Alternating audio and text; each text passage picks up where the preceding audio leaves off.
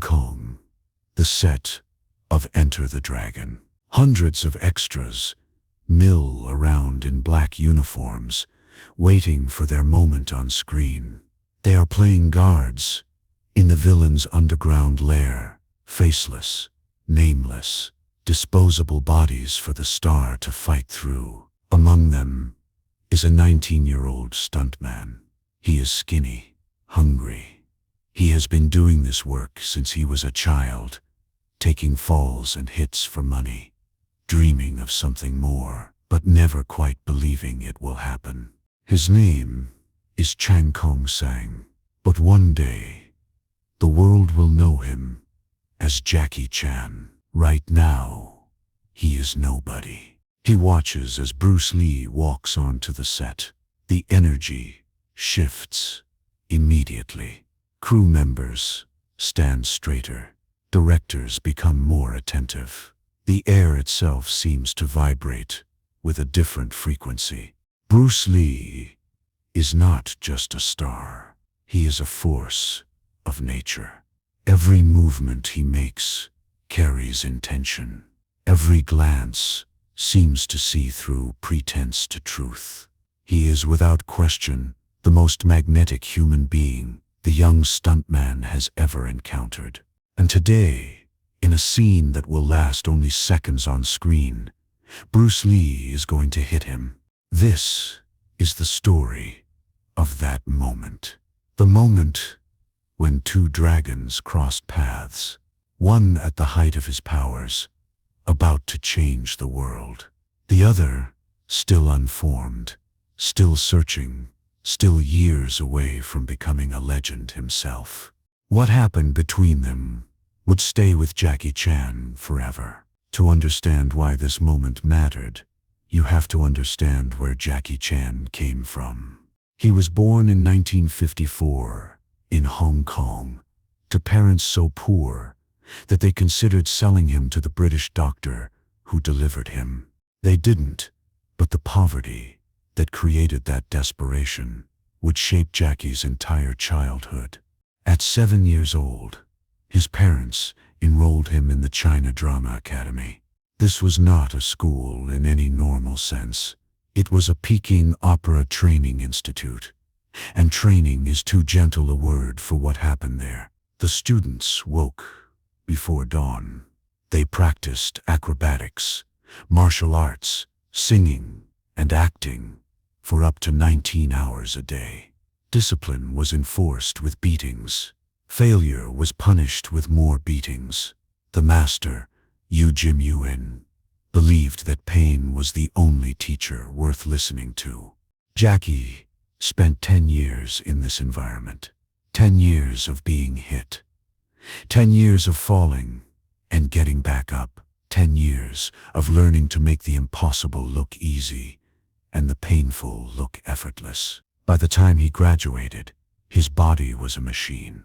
He could flip, tumble, fight, and fall in ways that seemed to defy human limitations. But he had no idea what to do with these skills. Peking opera was dying. The audiences who once filled theaters to watch acrobatic performances were now watching movies instead. So Jackie became a stuntman. The Hong Kong film industry, in the early 1970s, was a brutal place. Stuntmen were paid almost nothing. Safety measures were virtually non-existent. If you got hurt, you were replaced. If you complained, you were blacklisted. The only way to survive was to say yes to everything and hope you lived long enough to become something more. Jackie said yes to everything. He was doubled for the stars. He took the falls they wouldn't take. He got kicked, punched, thrown downstairs, knocked off buildings. His body accumulated injuries that would stay with him for life. Broken nose, broken fingers, broken ankles, cracked skull. Every bone in his face has been broken at least once. But he was building something. With each stunt, each injury, each moment of captured pain, he was learning what the camera could see. He was understanding. in a way that no amount of theory could teach. What made action exciting on screen. And he was watching Bruce Lee. Everyone in Hong Kong was watching Bruce Lee. When The Big Boss was released in 1971, it shattered every box office record in Hong Kong history. Lines stretched around blocks. Theaters ran the film continuously. People watched it multiple times in a single day. When Fist of Fury came out the following year, it broke those records again. Bruce Lee wasn't just popular. He was a phenomenon, a cultural earthquake, a complete transformation of what martial arts cinema could be. Before Bruce Lee, martial arts films were considered low entertainment, simple stories with simple fights for simple audiences. Bruce Lee changed that. He brought intensity. He brought philosophy. He brought a level of physical excellence that made people gasp. Jackie watched these films obsessively. He studied the way Bruce moved, the way he held the camera's attention, the way he made every technique look not just effective, but beautiful. And he felt something complicated. Admiration, certainly. Bruce Lee was doing things on screen that Jackie had never seen anyone do. He was fast in a way that seemed superhuman. His charisma was overwhelming. He made martial arts look like art, but also something else, something Jackie was almost afraid to acknowledge. He felt that he could do something different, not better. Jackie would never claim to be better than Bruce Lee. No one was better than Bruce Lee, but different. Jackie had spent 10 years learning Peking opera, learning to combine acrobatics with drama, learning to make people laugh while doing impossible things. He had skills that Bruce Lee didn't have, a style that Bruce Lee didn't use. He kept these thoughts to himself. To speak them aloud would have seemed like madness or blasphemy. And then came Enter the Dragon. The film was a co-production between Golden Harvest in Hong Kong and Warner Brothers in Hollywood. It was Bruce Lee's chance to conquer America, to prove that an Asian man could be a leading man in a major American production. The budget was huge by Hong Kong standards. The production was ambitious, and they needed stuntmen. Lots of stuntmen. Jackie Chan was hired as an extra and stunt performer. He would be one of the nameless guards that Bruce Lee fights his way through in the film's climactic battle. It was a nothing role, a few seconds of screen time, a paycheck. But Jackie treated it like the opportunity of a lifetime. He arrived on set early every day. He watched everything. He studied how the Hollywood crew worked differently from Hong Kong crews. He observed how Bruce Lee interacted with the American director, Robert Klaus. He absorbed every detail he could, and he waited for his moment. The scene was a fight in the underground lair. Bruce Lee, infiltrating the villain's island, encounters a group of guards. He has to defeat them quickly and brutally, demonstrating his superior skill. Jackie Chan was one of those guards. The choreography was intense. Bruce Lee was a perfectionist who demanded absolute precision. Every movement had to be exactly right. Every reaction had to be exactly timed. Jackie threw himself into it. When Bruce attacked, Jackie reacted with everything he had learned in 10 years of Peking opera training. He made his fall look devastating. He made his defeat look total. And then something happened that Jackie would remember for the rest of his life. Bruce Lee accidentally hit him for real. It wasn't a pulled punch. It wasn't a stage combat illusion. Bruce's hand connected with Jackie's face with full force. The impact was stunning. Jackie went down hard, his vision blurring, his head ringing. In that moment, lying on the ground with the taste of blood in his mouth, Jackie Chan understood something. Bruce Lee was real. The speed wasn't camera tricks. The power wasn't illusion. This man was exactly what he appeared to be on screen. A martial artist operating at a level that Jackie had never experienced firsthand. But here's what happened next. Bruce Lee stopped filming. He walked over to Jackie. He knelt down beside the fallen stuntman. "Are you okay?" he asked. And his voice was gentle, concerned, human. Jackie nodded, still dazed. Bruce helped him up. He apologized. He made sure Jackie was genuinely all right before continuing. He treated this nobody stuntman with respect and care. Jackie never forgot that. In an industry where stuntmen were disposable, where extras were invisible, where anyone below the star was essentially furniture, Bruce Lee had stopped to check on him, had apologized, had seen him as a person. Years later, when Jackie Chan became one of the biggest stars in the world, he would remember this moment whenever he worked with stuntmen on his own films. He would check on them when they got hurt. He would apologize when accidents happened. He would treat them as people, not props, because Bruce Lee had shown him what a star could be. There's another story from the Enter the Dragon set that Jackie tells frequently. During the filming, Bruce Lee did a take that wasn't quite right.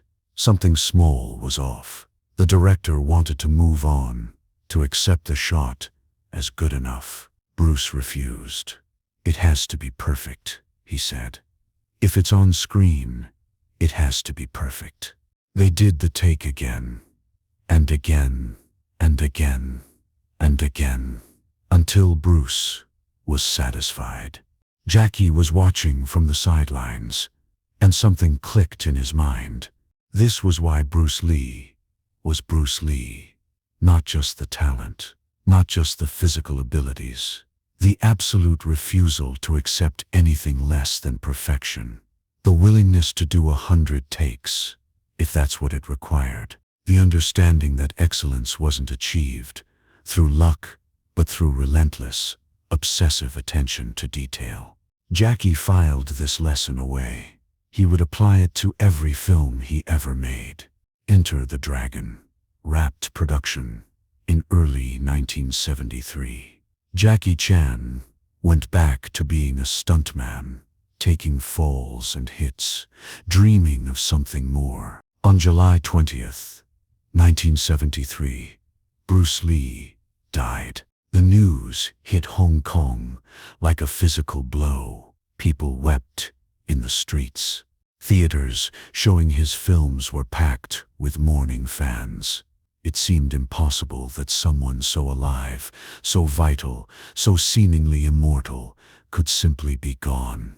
Jackie Chan heard the news on set. He was doing stunt work. As always, he stopped. Everyone stopped. The dragon was dead. What followed was chaos. The Hong Kong film industry had been built around Bruce Lee. His films were the engine driving everything else. Without him, producers panicked. Studios scrambled. Everyone was asking the same question: who would be the next Bruce Lee? The answer, they decided, was everyone. Dozens of Bruce Lee imitators emerged. Actors with similar physiques were given similar haircuts and put in similar films. Bruce Lee, Bruce Lee, Bruce Lee, Bruce Lee, Dragon Lee. The names were shameless copies, and the films were worse. Jackie Chan was caught up in this wave. Producers looked at him and saw a martial artist who could move. They put him in films that tried to copy Bruce Lee's style. They gave him roles that required him to be intense, serious, ferocious. They wanted him to be the next Bruce Lee. He was terrible at it. Film after film failed. Jackie tried to do what Bruce did, to be what Bruce was, and it simply didn't work. He didn't have Bruce's intensity. He didn't have Bruce's charisma. He didn't have Bruce's particular genius. What he had was something else, entirely.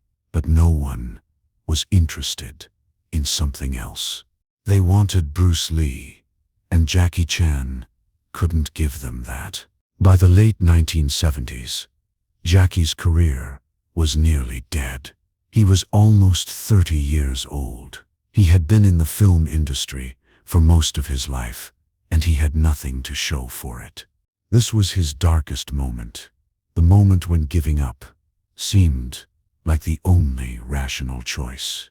But then he remembered something he had realized years ago, but had been afraid to pursue. He could do something different. Not Bruce Lee. Not intense and serious and ferocious. Something else. Something that used his Peking opera training. Something that combined martial arts with acrobatics. Something that made people laugh. Comedy. The idea seemed insane. Martial arts films were about power, about dominance, about the hero being invincible. Comedy was the opposite of all that. Comedy meant vulnerability. Comedy meant failure. Comedy meant letting the audience laugh at you. But Jackie had nothing left to lose. In 1978, he made a film called Snake in the Eagle's Shadow. It was a martial arts comedy. Jackie played a clumsy underdog who stumbles into martial arts mastery. He got hit. He got knocked down. He made mistakes. And he did it all with timing that made audiences laugh. The film was a hit. He followed it with Drunken Master. Same formula. Comedy and kung fu combined. A hero who was funny and vulnerable and human. It was a phenomenon. Jackie Chan had found his style, not by imitating Bruce Lee, but by being the opposite of Bruce Lee. Where Bruce was intense, Jackie was playful. Where Bruce was invincible, Jackie was constantly getting hurt. Where Bruce made martial arts look easy, Jackie made it look difficult and painful and hilarious. He had learned from Bruce Lee's example, but the lesson he learned was not to copy Bruce. The lesson was to find his own way, to be authentic, to offer audiences something only he could give. Absorb what is useful, discard what is not, add what is uniquely your own. Bruce Lee's most famous teaching, and Jackie Chan, perhaps more than anyone, embodied it. He absorbed what was useful from watching Bruce. The perfectionism, the attention to detail, the respect for stuntmen, the understanding that every moment on screen had to be earned. He discarded what was not useful for him. The intensity, the invincibility, the serious persona, and he added what was uniquely his own. The comedy, the acrobatics, the willingness to be vulnerable, the understanding that audiences could love a hero who got hurt, who made mistakes, who was human. Jackie Chan went on to become one of the biggest movie stars in history. His films have grossed billions of dollars worldwide.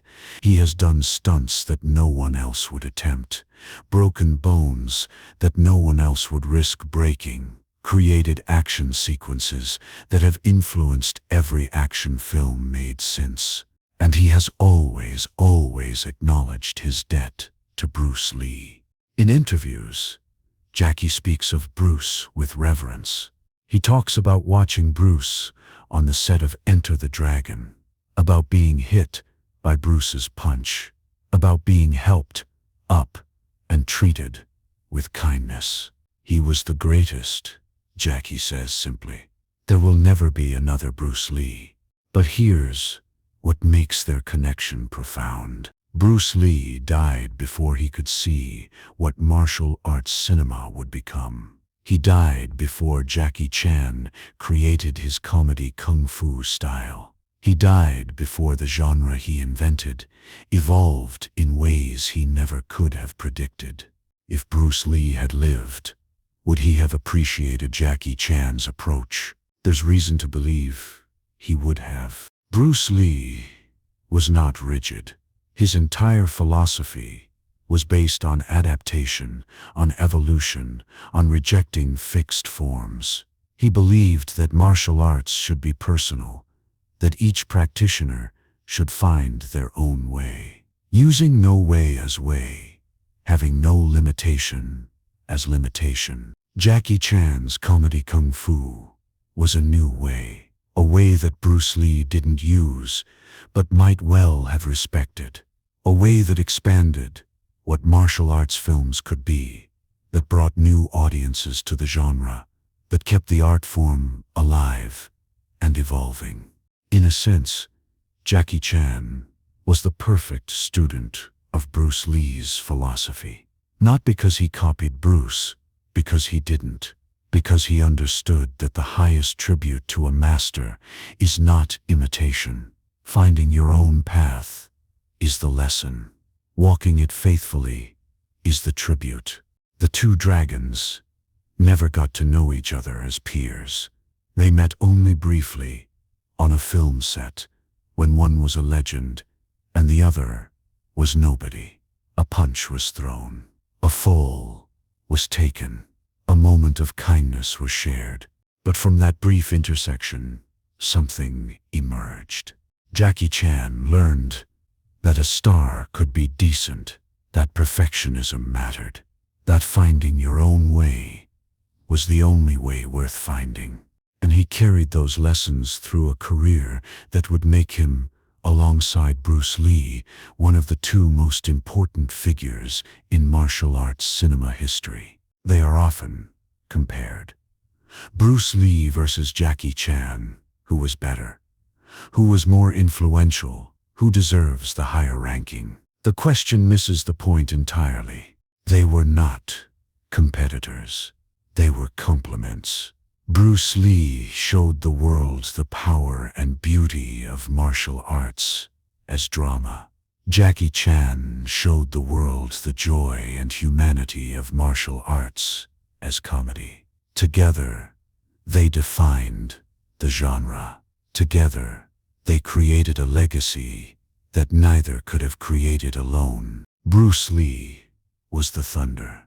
Jackie Chan was the rain.